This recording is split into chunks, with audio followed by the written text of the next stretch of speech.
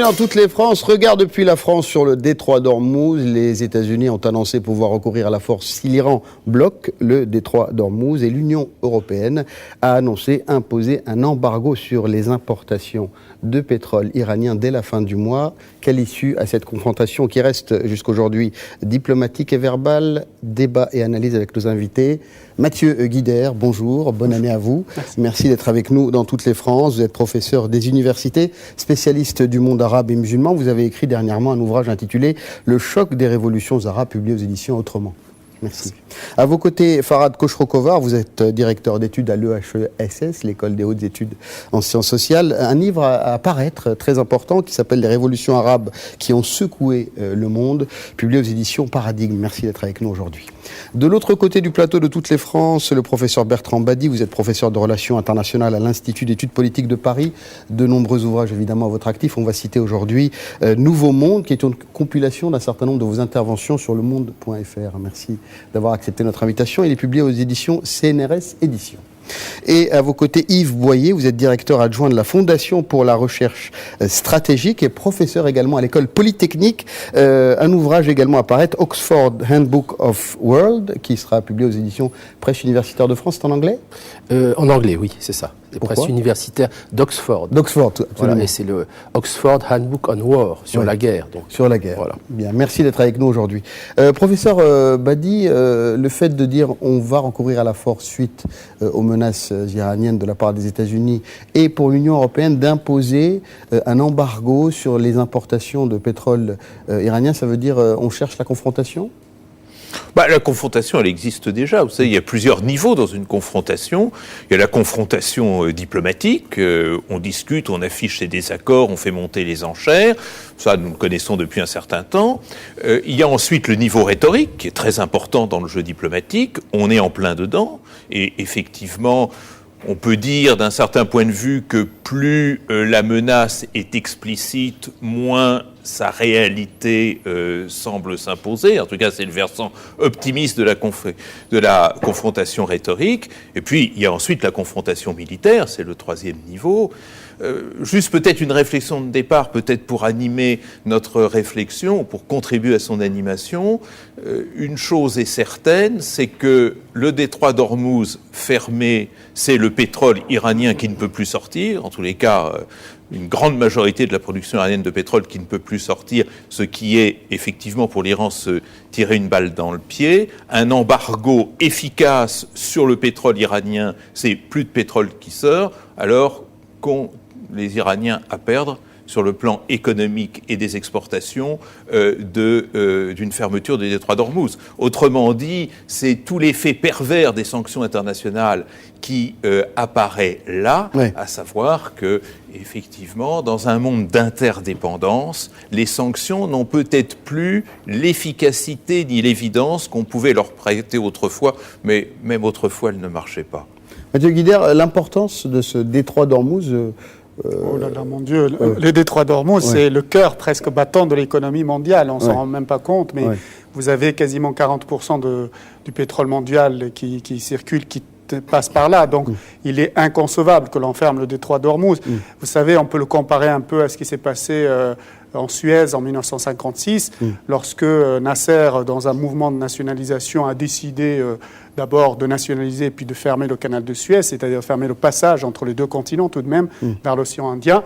Immédiatement, on a vu la réaction de la France, de la Grande-Bretagne et d'Israël. C'est une guerre qu'on a vue. Été immédiate et a été d'écraser l'armée égyptienne, même si diplomatiquement ça donnait autre chose. Donc aujourd'hui, l'Iran joue avec le feu, avec cette menace-là, mais il est évident que personne ne peut se permettre de fermer le détroit d'Ormuz. Je constate par ailleurs que le contexte général ne permet pas une confrontation militaire aujourd'hui.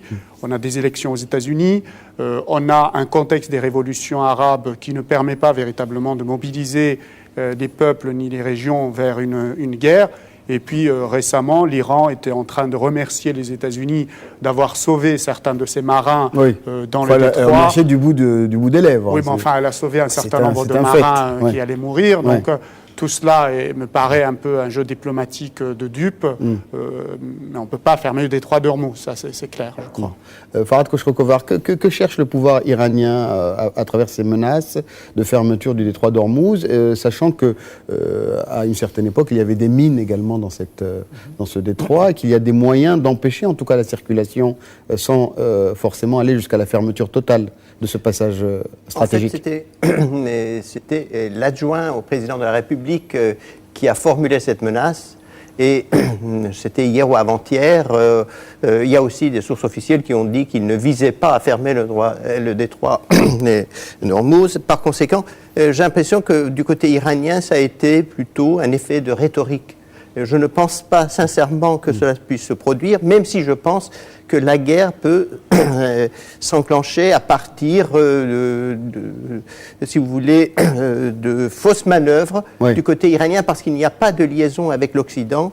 Les États-Unis voulaient établir une sorte de hotline, mais qui a été refusée du côté iranien. Par conséquent, compte tenu de l'étroitesse vraiment du détroit et compte tenu de la présence quand même de la 5e flotte américaine à Bahreïn et évidemment la marine iranienne, il est toujours possible qu'il y ait, à partir d'une fausse manœuvre, si vous voulez, le déclenchement d'une guerre. Mais je ne pense pas, sincèrement, que du côté iranien, on cherche l'affrontement. On sait très bien qu'il y a une disproportion de forces, et d'autre part, le régime est très affaibli à l'intérieur. Par conséquent, je n'y crois pas. Je crois que c'est plutôt un effet de rhétorique et une méconnaissance du côté iranien des réactions occidentales. Yves Boyer, il y a quand même la flotte américaine qui est sur le terrain, des exercices militaires organisés régulièrement. Il y en aura d'ailleurs un autre dans quelques jours par l'armée iranienne. Tout ça, c'est que du vent.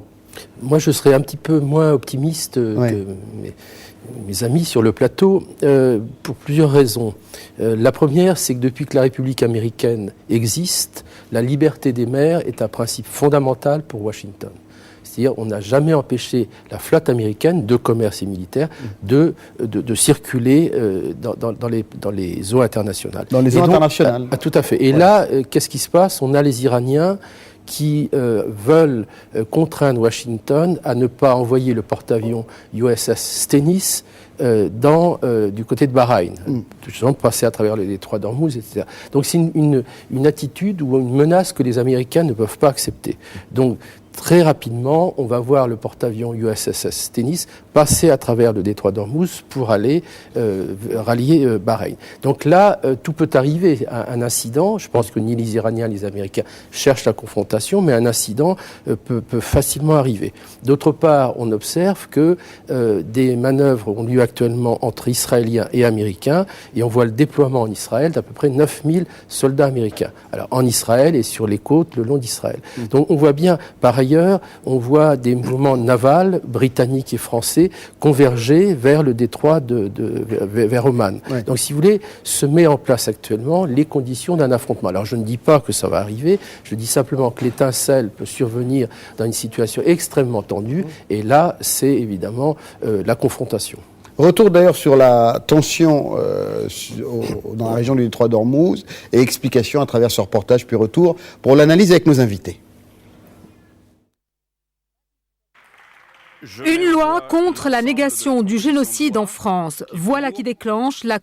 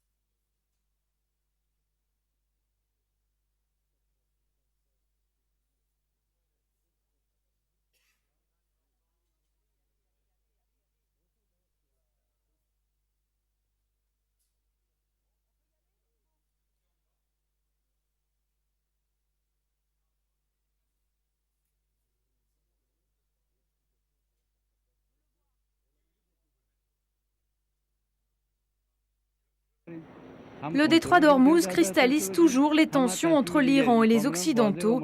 Ce mardi, l'Iran avertit les États-Unis. Leur porte-avions n'est plus le bienvenu dans ce détroit, dans cette zone du Golfe Persique où transite 35% du trafic maritime pétrolier mondial.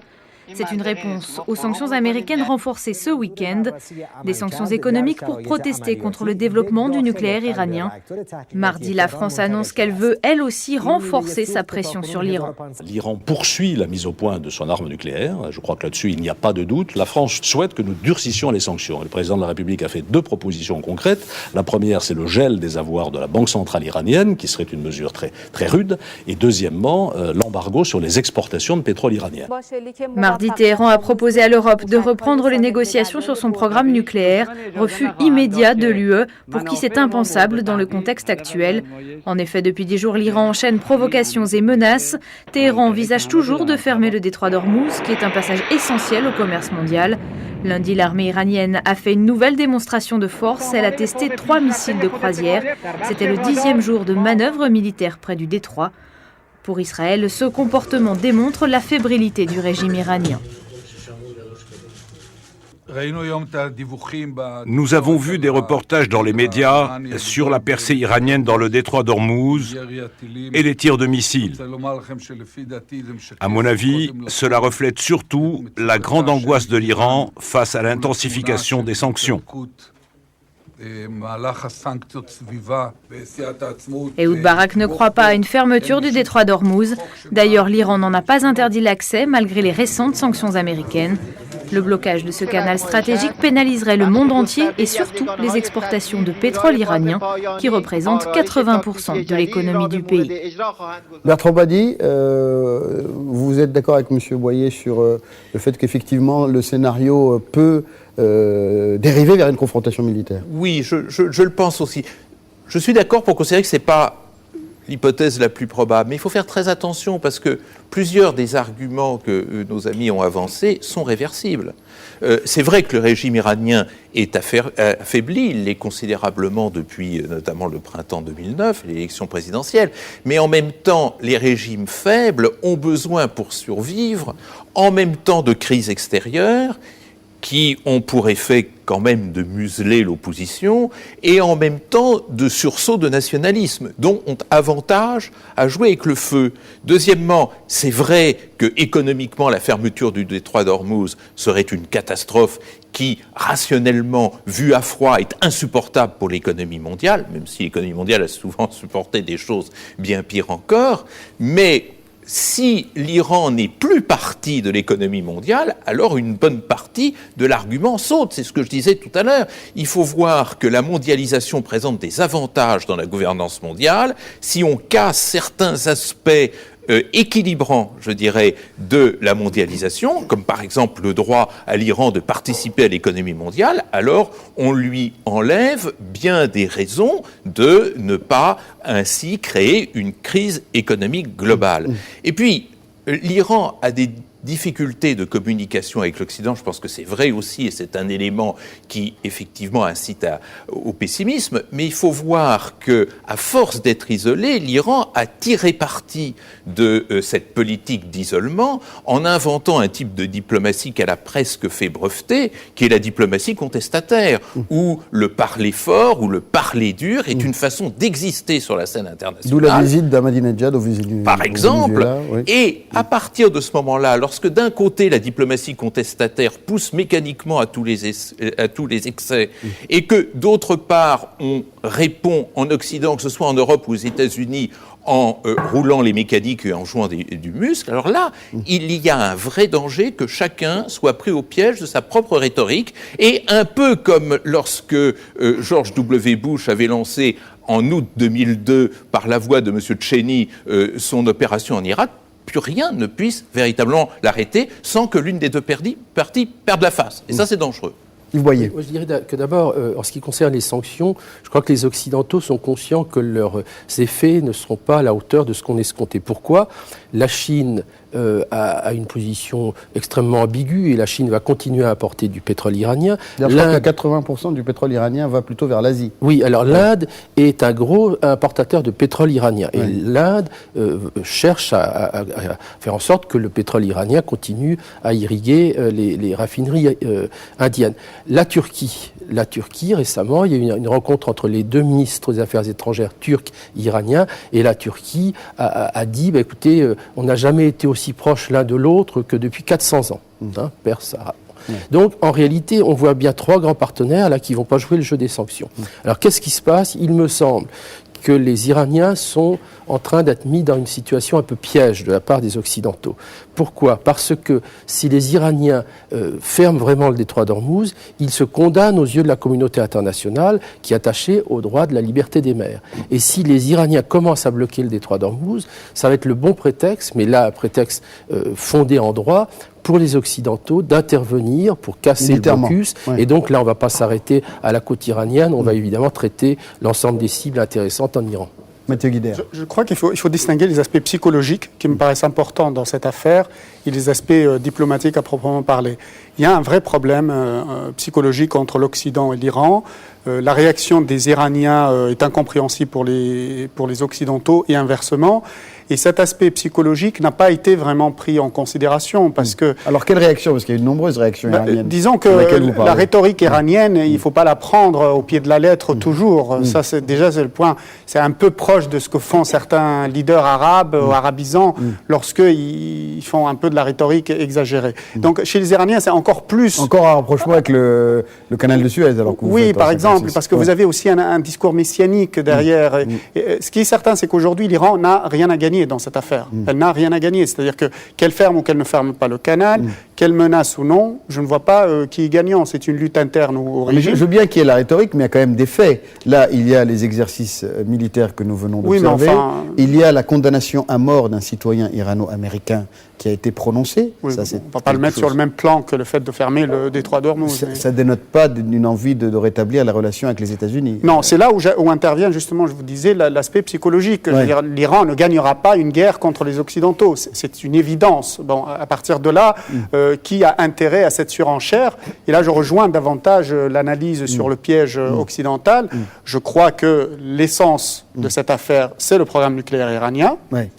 On n'a pas eu prise sur ce programme pendant quelques années. Ça fait quelques années que l'Iran nous balade globalement sur différentes choses. Donc là, on a une prise sur quelque chose effectivement de légitime, qui est la liberté de circulation dans les eaux internationales. Et là, effectivement, si l'Iran va sur ce terrain-là, il va voir son programme nucléaire détruit, mais pour d'autres raisons. Et c'est là que l'aspect psychologique et stratégique est important. Farhad Khosrokhova. En fait, il faut aussi contextualiser ce qui se passe à partir du printemps arabe.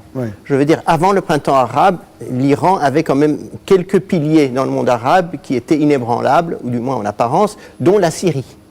Actuellement, avec ce qui se passe en Syrie et avec ce que dit l'opposition sur le retour à une alliance avec l'Occident et à l'abandon de l'alliance avec l'Iran, on voit très bien comment il y a une déstabilisation, un isolement de plus en plus important du régime iranien, vu les conséquences du printemps arabe. Isolement, M. Boyer vient de réaffirmer qu'il y a des relations privilégiées avec la Turquie, qu'il y a des relations privilégiées avec la Chine. Mais c'est pas de même nature. Il y a un voyage qui vient d'être effectué au Venezuela. Mais ça existait, au Venezuela et tout ça, ça existait auparavant. Mais ce qui a changé, je veux dire, l'alliance avec la Turquie ne sera pas de même nature que l'alliance avec la Syrie. La Syrie, c'était aussi un moyen d'aider militairement le Hezbollah, d'intervenir aussi en partie auprès du Hamas. C'est pas la même chose, c'est pas de même nature. Je veux dire, la Turquie aussi, s'il y a par exemple... Parce que je veux dire, il n'y a pas une unanimité face à la position iranienne. Il n'y a pas d'unanimité pour dire la position iranienne est belliqueuse, le programme nucléaire est à détruire. Mais il n'y a jamais eu. En fait, il n'y a jamais eu, mais il y a quand même un sentiment d'enfermement du côté iranien, même si l'Occident a aussi d'énormes problèmes, par exemple en Afghanistan. On sait très bien qu'en quittant l'Irak, par exemple, l'alliance avec l'Iran sera beaucoup plus importante, parce que l'Iran connaît en fait la plupart des leaders, si vous voulez, de l'Irak chiite, et donc son influence risque d'être renforcée. Mais cela étant, il est évident qu'à l'intérieur comme à l'extérieur, il y a une usure de ce qu'on pourrait appeler la position iranienne. À l'intérieur, il y a par exemple les réformateurs qui ont été éliminés.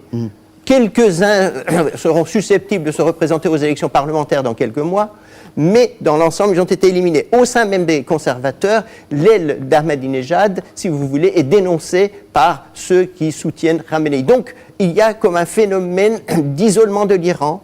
Et d'affaiblissement du régime en place. Et l'économie.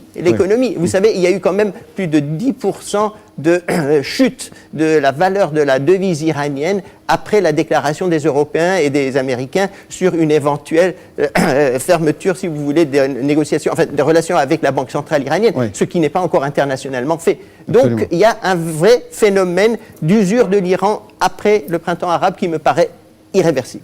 Bertrand Badi, puis Yves Boyer. Moi, je ne suis pas tout à fait d'accord. Je ne sais pas si il est vraiment fondé de miser sur l'isolement de l'Iran et notamment à la faveur du printemps arabe. Parce que le printemps arabe, globalement, c'est une situation fluide qui en a dérivé, dont on ne sait pas vers quoi elle aboutira. Après tout, le nouveau régime qui risque d'être mis en place ou qui sera mis en place en Égypte, il ne sera certainement pas plus anti-iranien que celui de Moubarak. Or, l'Égypte, c'est quand même un verrou, une sorte de plaque tournante dans le monde arabe.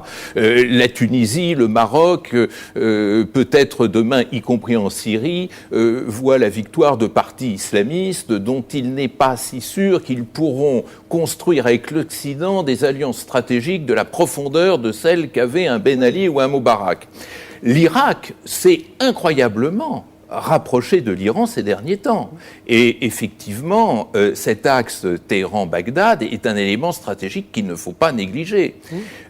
Et puis, il y a aussi un acteur qu'il ne faut pas laisser de côté, qui est l'Arabie saoudite. L'Arabie saoudite a, à l'intérieur du camp arabe, réussi à éliminer tous ses rivaux, c'est-à-dire les trois anciens califats, disons, c'est-à-dire Bagdad avec la chute de Saddam Hussein, le califat fatimide du Caire avec la chute de Moubarak et le califat omeyyade de Damas peut-être demain. C'est-à-dire que l'Arabie saoudite vise à être seul maître à bord, en tous les cas dans l'efficience diplomatique à l'intérieur du monde arabe. Ça fait peur à beaucoup de gens, y compris dans le Golfe. Et elle achète pour 26 milliards d'euros des F-15 aux États-Unis. Oui. Et je pense que beaucoup de pays, y compris dans le Golfe, je pense à Oman par exemple, ne sont pas tellement rassurés à l'idée de voir apparaître ce leadership saoudien et que d'un certain point de vue, la prétention saoudienne à tout régler dans le monde arabe constitue un point capable de réhabiliter la voie de Téhéran dans plusieurs pays du Moyen-Orient. C'est pas un phénomène du tout à régler, surtout que rien de ce qui est conflictuel au Moyen-Orient n'a été réglé, et en tout premier lieu, le conflit israélo-palestinien. Si ce conflit continue à pourrir, l'Iran peut être parmi les bénéficiaires de cette dégradation de la situation. Parce que justement, s'il n'y a plus la Syrie comme point d'appui à la résistance palestinienne, l'Iran jouera un rôle peut-être renforcé. Ajoutons à cela, ça a été dit tout à l'heure, notamment par Yves Boyer, je crois que c'est très important, ce qui est assez surprenant, c'est de voir à quel point la Russie et la Chine, surtout la Russie, reviennent à une politique plus anti-américaine dans le Moyen-Orient que ça n'a été le cas dans les années 90 et même au début des années 2000. C'est quand même un rapprochement obligatoire par rapport aux derniers événements. Le sentiment d'un contrepoids, et ce contrepoids pousse Moscou non seulement à ne pas rompre avec Damas, mais à s'intéresser encore à l'Iran. C'est un nouveau type d'équilibre qui se met en place, mais qui n'est pas suffisamment au désavantage de l'Iran pour que celle-ci soit aux abois. Oui, on a évoqué tout à l'heure les tensions internes en Iran. Mettons-nous une minute à la place des gens qui sont à Washington. Et à Washington, qu'est-ce qu'on voit? On voit un pays qui nous a humiliés, nous, Américains, la prise d'otages, l'ambassade américaine prise d'otages. On voit l'Iran qui a un comportement assez particulier, qui soutient des mouvements terroristes. L'Iran qui vient récemment de jouer un mauvais tour aux Américains en détournant un drone extrêmement secret, un avion sans pilote extrêmement secret. Enfin, on voit les Iraniens... Détournant, il était là, donc ils l'ont attrapé. Enfin, oui, enfin, il était là, mais ça... détourné. Il était là aussi pour surveiller, pour prendre des photos. Oui, mais ça, c'est de bonne guerre, si je puis dire. Ouais. Ça fait partie du jeu international. Ouais. En tout cas, ils l'ont intercepté. Voilà, exactement. Donc, on a un État vu de Washington un peu qui est paria. Alors, on vient d'avoir... Ça ne date pas d'aujourd'hui. Non, d'accord. Si on vient d'avoir... Il y a presque 10 ans maintenant. On vient d'avoir Ben Laden. On a eu Saddam Hussein. On a eu Kadhafi. Enfin, quand je dis on, c'est les États-Unis et disons les Occidentaux. Donc là reste cette grosse épine dans le pied des Américains qui est le régime iranien. Donc je crois qu'on est proche du moment où la moindre provocation iranienne sera immédiatement contrée par une action décisive américaine. Alors j'ajouterai quand même qu'aux États-Unis, tout le monde n'est pas enclin à avoir une vision belliciste. Récemment, Ron Paul a fait à peu près 21% dans le caucus de l'Iowa. Et on a analysé le vote, et parmi le vote, il y a un certain nombre de militaires, mais il y a